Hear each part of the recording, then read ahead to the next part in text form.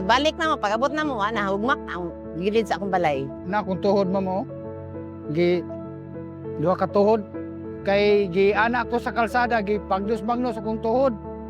Ang among umana, burn down. Ang among balanghoy, kamuti, nawala. Mag-uul man ka, pero ang importante, save akong pamilya, di ba? Balag, di ba, ang balay, kaya ang balay, maano mo na, makarecover, magyapon ka. Pero ang kinabuhi sa tao, isa lang eh. Kaya, salamat ko sa Ginoo nga. Inaadto nga itabo nga safe, may tanan. Naabot in taon na yung wing bandiri sa kalayo sa mong lugar nun. Dagong tabang ni sa mo, ma'am, kay para makakaon ng pamilya, ma'am, para dili namin maglisod. Labi na ang kanang tubig na lubog.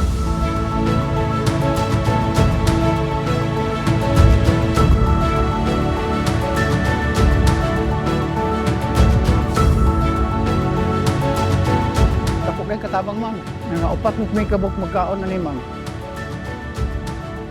Bala ka ni kaadlaw ma.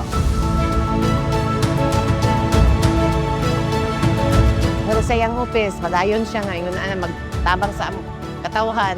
Daghan salamat kaning magdala kaning mga panalangin ihatag ninyo. Salamat sa inyong hago mga adto diri.